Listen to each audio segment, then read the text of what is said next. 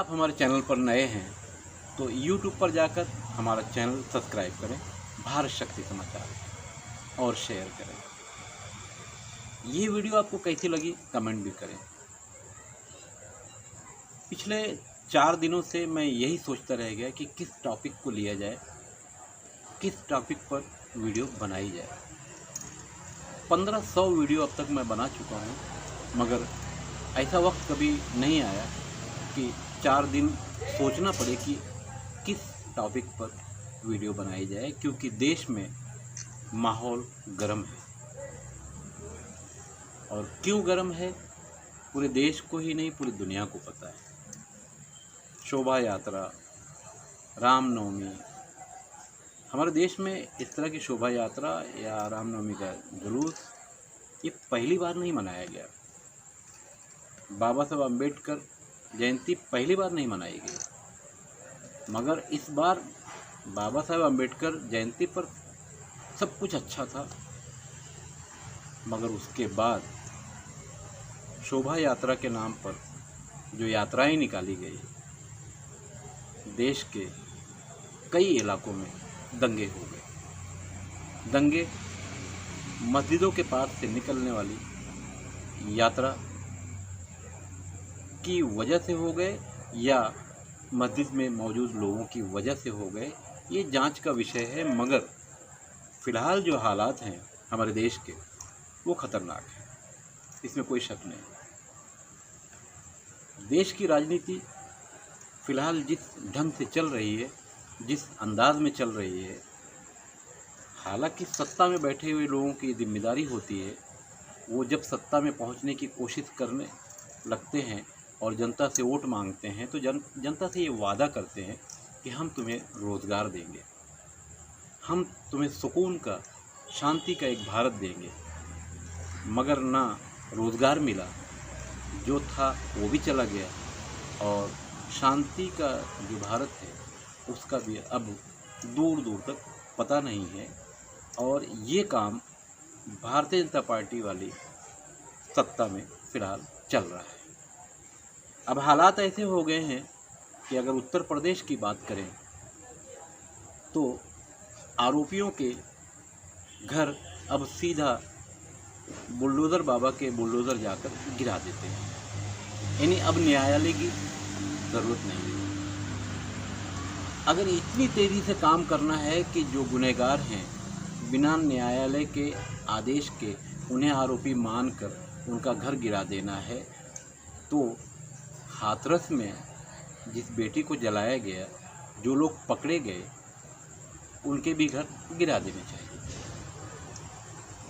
किसानों के ऊपर मंत्री के बेटे ने कार चढ़ा दी, तो उसके घर को भी गिरा देना चाहिए था, मगर शायद ऐसा नहीं हुआ और कभी होगा भी नहीं, क्योंकि ये सारे समर्थन वाले लोग हैं, इसलिए इनका घर नहीं गिराया जाएगा और ना अब तक गिरा।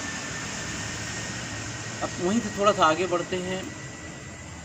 उत्तर प्रदेश के योगी बाबा की कॉपी करते करते शिवराज मामा भी मैदान में आ गए, और इसी बीच मध्य प्रदेश के खरगोन में फसाद हो गया हिंदू मुस्लिम यात्रा को लेकर।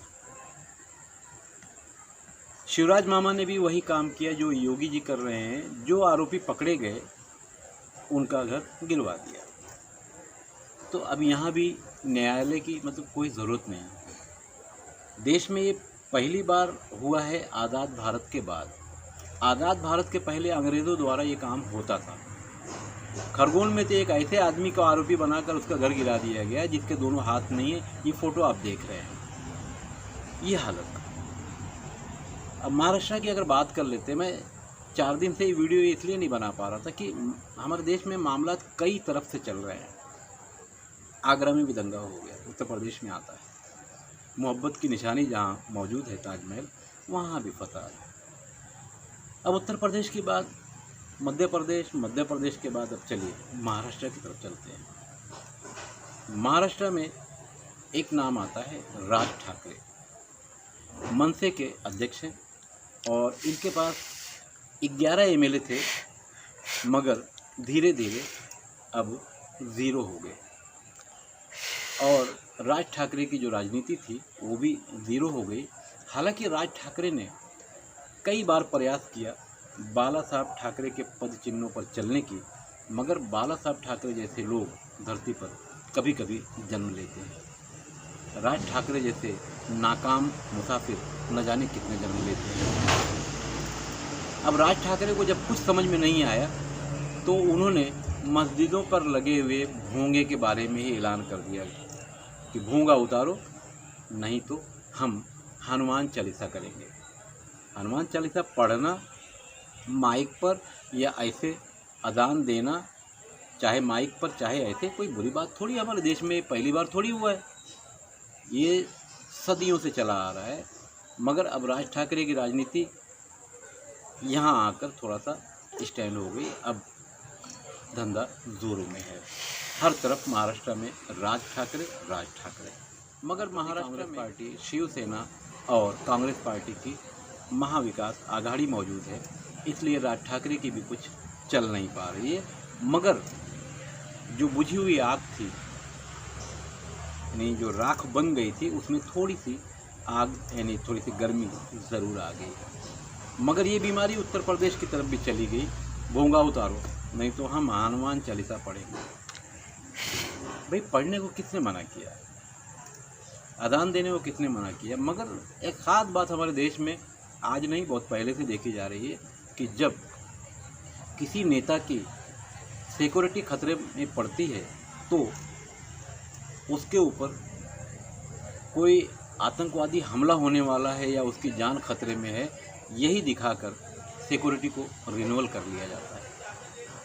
ठीक यही हालत हमारे देश में नेताओं की है।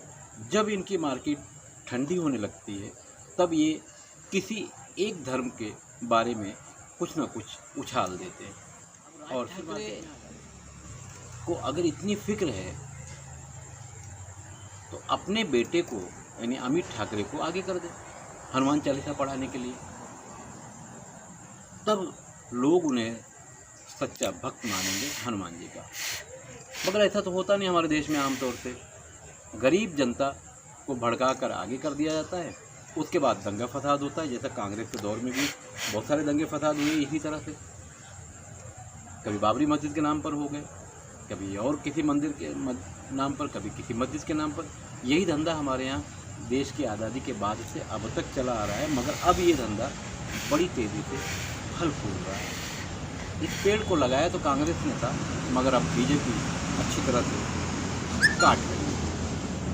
बहरहाल हम बात कर रहे थे उत्तर प्रदेश के कि अब न्यायालय की क्या ज़रूरत है, क्योंकि बाबा ही तब न्याय कर दे रहे हैं। उत्तर प्रदेश के बाद अगर मध्य प्रदेश की बात करेंगे तो शिवराज सिंह चौहान ही सारे फैसले कर दे रहे हैं। इसलिए अब यहाँ भी न्यायालय वगैरह की ज़रूरत नहीं। हम न्यायालय का सम्मान करते हैं, मगर इस तरह से अगर फैसले होने लगे, बड़ी तेज़ी से बदल रहे हैं। और हमारे देश का जो युवा है यानी जो यूथ है वो नौकरियों को गंवा चुका है और दूसरी नौकरियां मिलना नहीं है, इसलिए वो रास्ते पर घूम रहा है। और इस तरह की यात्रा चाहे किसी की भी हो, उसमें तलवार, खुखरी, हथियार, त्रिशूल, तमंचा यही सब लेकर घूम रहे हैं। दिल्ली के जहांगीरपुरी में भी फसाद हो गया, यात्रा को ही लेकर लोग पकड़े गए। होना तो ये चाहिए कि इस तरह के जो दंगे फसाद करने वाले लोग हैं, चाहे किसी भी रंग में हो, हरे कपड़े में हो या भगवा कपड़े में हो, इनके ऊपर बाकायदा कार्रवाई होना चाहिए। मगर आमतौर से जो वीडियोज़ आ रहे हैं, जो खबरें आ रही हैं दिल्ली से, खरगोन से या उत्तर प्रदेश के कुछ इलाकों से, तो कार्रवाई एक तरफा हो रही है। यहीं आकर बात फंस जाती है। और अगर वक्त रहते ध्यान नहीं दिया गया तो 2024 का जो चुनाव है उससे पहले मुल्क के हालात इतने बिगड़ सकते हैं कि लोगों को संभालना मुश्किल हो जाएगा। गरीब मारे जाएंगे, गरीबों की प्रॉपर्टियां बर्बाद होंगी और नेता एसी में बैठकर देश की राजनीति चमकाएंगे। तो आखिर कब तक, कहां तक? कहीं ना कहीं तो इसको रोकना ज़रूरी है। मैं सुल्तान कुरैशी के साथ खान।